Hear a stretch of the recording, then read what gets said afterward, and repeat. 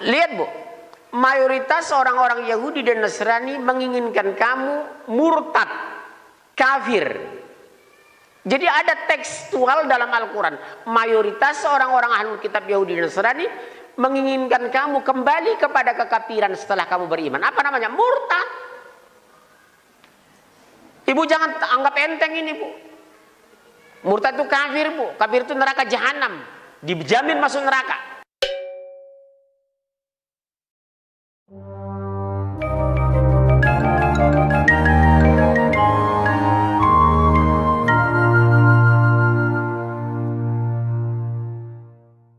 Di dalam Islam itu setiap muslim itu walaupun dia sholat taat tetap masuk neraka. Karena ada di dalam Al-Quran dalam surat Maryam ayat 71 dan 72. Boleh dibantu? Dan tidak ada seorang pun daripadamu melainkan mendatangi neraka itu. Hal itu bagi Tuhanmu adalah suatu kemestian yang sudah ditetapkan. Kemudian kami akan menyelamatkan orang-orang yang bertakwa dan membiarkan orang-orang yang zalim di dalam neraka dalam keadaan berlutut. Nah, di sini tadi dibilangkan seorang itu pasti mendatangi neraka, walaupun dia jidat sampai hitam tetap masuk neraka.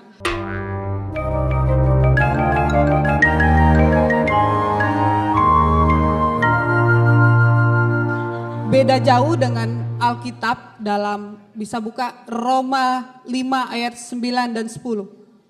Lebih-lebih karena kita sekarang telah dibenarkan oleh darahnya, kita pasti tidak masuk neraka. Amin. Akan diselamatkan dari murka Allah. Jadi orang Kristen pasti tidak masuk neraka. Ayat 10. Sebab jikalau kita ketika masih seteru diperdamaikan dengan Allah oleh kematian anaknya, lebih-lebih kita yang sekarang telah diperdamaikan pasti akan diselamatkan oleh hidupnya. Wow. Jadi beda jauh Al-Quran dan Alkitab itu bagai bumi dan langit.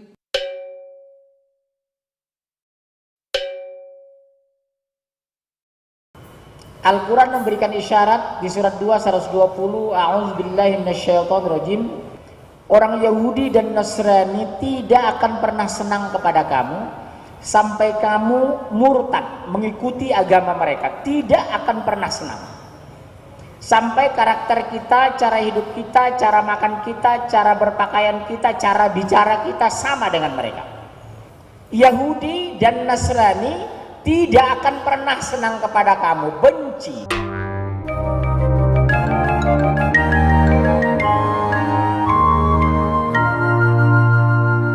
Hari ini saya melihat pastor pegangan tangan di mobil sebelum kita berangkat ibadah. Kalau di dalam Islam nggak boleh.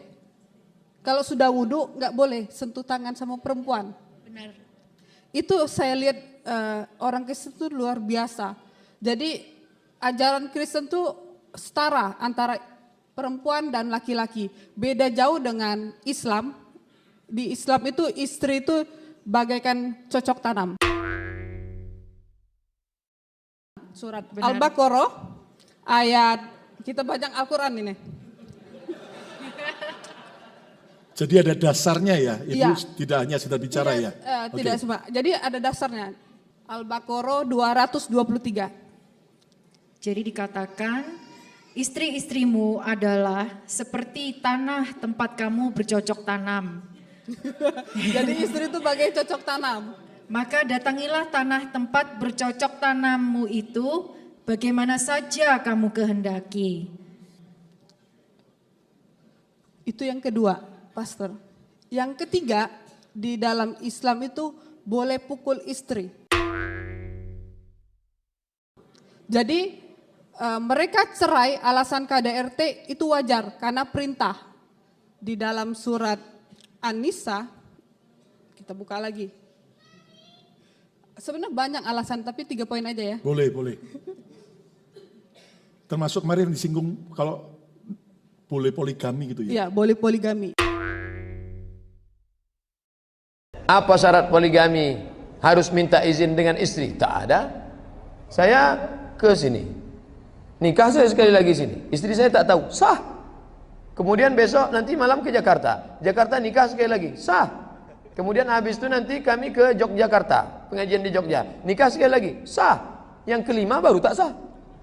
Selama masih 4 sah.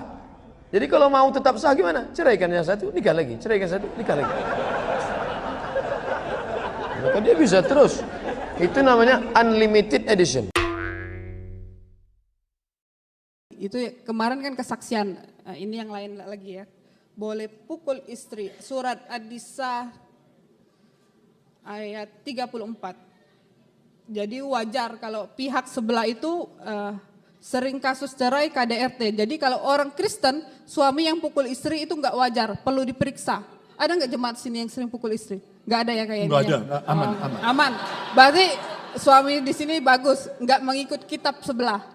Niru gembalanya semua. Oh iya, pegangan tangan. Nanti saya pulang dari Amerika, saya mau ceritain ke Pak Safudin Ibrahim itu. Kayaknya Pak Safudin Ibrahim keluar dari penjara, saya perlu belajar sama Pastor Lukas. Pastor Lukas belajar penginjilan sama gitu, tukeran ilmu. Siap ya. Siap laksanakan. Ayat 34. Kaum laki-laki itu adalah pemimpin bagi kaum wanita. Oleh karena Allah telah melebihkan sebagian mereka dalam kurung laki-laki atas sebagian yang lain dalam kurung wanita. Dan karena mereka dalam kurung laki-laki telah menafkahkan sebagian dari harta mereka. Sebab itu maka wanita yang saleh ialah yang taat kepada Allah lagi memelihara diri ketika suaminya tidak ada. Oleh karena Allah telah memelihara mereka. Wanita-wanita yang kamu khawatirkan nusyusnya, maka nasihatilah mereka dan pisahkanlah mereka dari tempat tidur mereka. Dan pukullah mereka. Boleh dipukul. Oke, sekian aja di situ. Jadi itu yang membuat saya menjadi pengikut Kristus, karena nabi saya itu nggak bisa menjadi contoh yang baik. Jadi imam itu nggak bisa, kalau banyak istri itu nggak bisa menjadi contoh teladan yang baik. Jadi memang harus satu untuk selamanya. Wah. Jadi para wanita kalau ikut Yesus yang mengajarkan tidak boleh poligami, harusnya wanita bahagia ya? Bahagia. Pokoknya jadi wanita tapi bagi prianya mungkin kurang bahagia kali ya. Tapi jadi pelaku firman Tuhan hanya boleh satu istri. Oh, satu istri aja nggak habis-habis ya. Iya. Ya, makanya harus terus disayangi dan setia dengan istrinya. Wow, tepuk tangan yang meriah. Ya, jadi ini beberapa alasan Ibu kenapa akhirnya Bu Ayu bisa mau menjadi pengikut Yesus. Yang pertama karena ada kepastian dalam Yesus keselamatan. Sementara yang di tetangga bahkan melakukan apapun tetap harus masuk neraka dulu ya. Oke, yang kedua ternyata istri hanya cuma sebagai objek seperti tanaman tadi ya. Jadi mau dicabut, mau ditanam, mau diapain terserah gitu ya. Bukan sebagai satu setara yang harus dicintai, yang harus sama-sama sepadan gitu ya. Lalu yang ketiga, boleh memukul istri. Boleh. Ya. Jelas kita tidak menyetujui itu karena Alkitab berkata, kasihilah sesamamu seperti dirimu sendiri. Ya, jadi itu yang membuat Ibu percaya Yesus. Wow. Oke Bu Ayu, sekarang saya mau tanya begini Bu Ayu. Bagaimana cara memberitakan Injil kepada orang lain? Terutama yang sama dengan latar belakang Ibu dan Pak Saifuddin. Pertama kita harus berdoa, nama siapa yang harus kita injilin. Karena dengan latar belakang sama dengan kami ini nih, karakternya keledai liar. Kita bangga menghafal Al-Quran tapi tidak memahami Al-Quran. Senang mengulang berbahasa Arab tapi tidak mengerti bahasa Arab. Suka membaca Al-Quran tapi tidak memahami maknanya. Akhirnya apa? Menjadi keledai di Indonesia. Jadi kita harus berdoa dulu supaya Tuhan bukakan, singkapkan. Supaya mereka cepat mengerti. Kedua, cara penginjilan mereka ini, sering mereka bilang bahwa orang Kristen itu menyembah Tuhan 3. Tapi di dalam Al-Quran sendiri, dalam surat An-Nisa ayat 171 itu menjelaskan tentang Tritunggal. Cuma mereka kan kurang mengerti, hanya baca Al-Quran saja menghafal, tapi mereka nggak mengerti artinya. Bisa dibaca Quran An-Nisa 171. Di situ menjelaskan tentang Tritunggal. Surat An-Nisa ayat 171. Wahai ahli kitab, janganlah Wahai ahli kitab. kamu melampaui batas dalam Orang Kristen agamamu. tidak melampaui batas. Dan janganlah kamu mengatakan terhadap Allah kecuali yang benar. Sesungguhnya Al-Masih, nah ini disebutkan, Isa, putra Maryam itu, yang Tuhan Yesus, adalah utusan Allah dan kalimatnya yang disampaikannya kepada Maryam dan roh darinya, dari Tuhan. Maka berimanlah kamu kepada Allah dan rasul-rasulnya, dan janganlah kamu mengatakan, 3, berhentilah, itu lebih baik bagimu. Sesungguhnya Allah Tuhan yang Maha Esa, Maha Suci, Allah dari mempunyai anak, segala yang di langit dan di bumi adalah kepunyaannya. Cukuplah Allah menjadi pemelihara. Jadi jelas di dalam Al-Quran di sini Yesus bilang memang utusan. Di Al-Quran bilang juga Al-Masih ini adalah utusan Allah. Yang kedua, dari kalimatnya, pada mulanya adalah firman. Roh darinya, Lukas 4 ayat 18, roh Tuhan ada padaku. Roh Jadi Kudus. sebenarnya Tritunggal itu ada sendiri di dalam Al-Quran, cuma mereka kurang mengerti. Ini yang perlu kita jelaskan, makanya itu juga penting belajar Islamologi sih kalau mau penginjilan. Wow, tepuk tangan yang meriah. Kalau saya boleh menambahkan, dengan background saya, yang keluarga saya itu benar-benar yang tegar tengkuk istilahnya ya, yang dahinya hitam-hitam. Jidat hitam. Tadi saya sempat tunjukkan fotonya dari bapak dan paman-paman saya.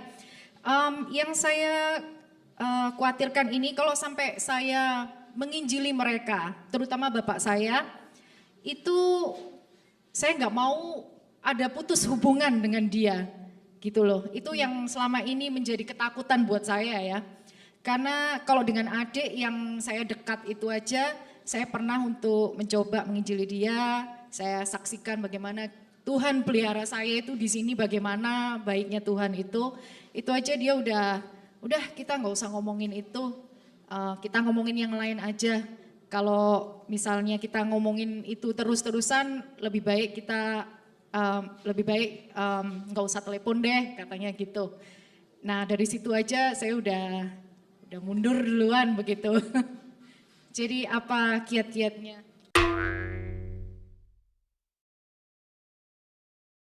Oleh sebab itu Al-Quran tegas, la tattakhizu Yahuda wan Nasara awliya. Diharamkan menjadikan orang Yahudi dan Nasrani satu sebagai pemimpin, sebagai wali, sebagai saksi, sebagai sahabat. Kalau takut menyinggung, lebih baik penginjilannya lewat perbuatan. Karena kan kita harus jadi terang. Itu saja menurut saya. Kalau nggak berani menginjil, takut putus hubungan. Ya, itu saja.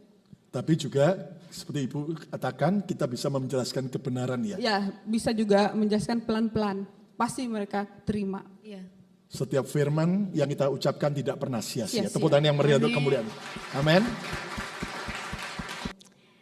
Apa pesan Ibu Ayu bagi para istri untuk semakin kuat menghadapi tantangan hidup ini? Karena saya lihat, wah, Ibu Ayu ini kuat sekali gitu. Kasih tepuk tangan dong. Kalau saya lihat dari kesaksiannya ya, bagaimana Bapak Syaifuddin di penjara dan Ibu harus menghidupi anak-anak ya. Ada berapa anak kalau bisa? Anak saya tuh 1, saya punya anak rohani itu 4 yang harus saya sekolahin di STT. Itu tanggung jawab saya. Makanya saya nggak mau nyusahin orang walaupun dalam keadaan susah. Saya tuh paling anti minta-minta jual air kesedihan. Saya tuh paling malas. Sebenarnya dengan modal saya mantan muslim tuh bisa. Saya hanya duduk di rumah, duduk manis hanya ngurus anak. Tapi Tuhan mampukan saya makanya saya menulis buku ini supaya saya dedikasikan untuk para istri. Ada pepatah Cina Tiongkok mengatakan laki-laki itu diuji kalau lagi banyak uang, tapi istri diuji kalau suami lagi terpuruk. Benar. Gimana? Percaya? Benar? Benar. Nah, makanya dengan buku ini saya berharap para istri tetap setia mendampingi suami dalam keadaan apapun. Mazmur 37 ayat 5, inilah pedoman para istri. Serahkanlah hidupmu kepada Tuhan dan percayalah kepadanya dan Ia akan bertindak. Wow. Amin. Makanya saya nggak tahu buku ini jadi banyak jadi berkat. Saya cetak pertama tuh 3.000, sudah habis. Ini yang saya bawa ke Amerika ini cetakan kedua dan Tuhan kasih hikmat saya sudah menulis buku kedua. Jadi saya pulang dari Amerika ini tanggal 24. Besoknya 25 Januari itu ulang tahun anak saya launching buku kedua saya. Judulnya The Miracle of Hijrah.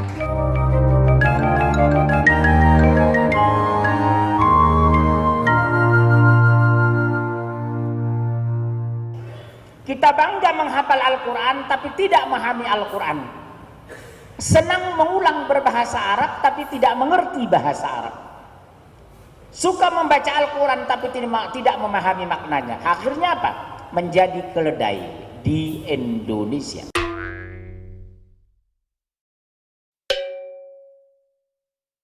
The Quran is a man-made book that has a lot of changes, that it went through a process of early editing and redactions that continued for a while. We're not talking a couple of years, we're talking hundreds of years.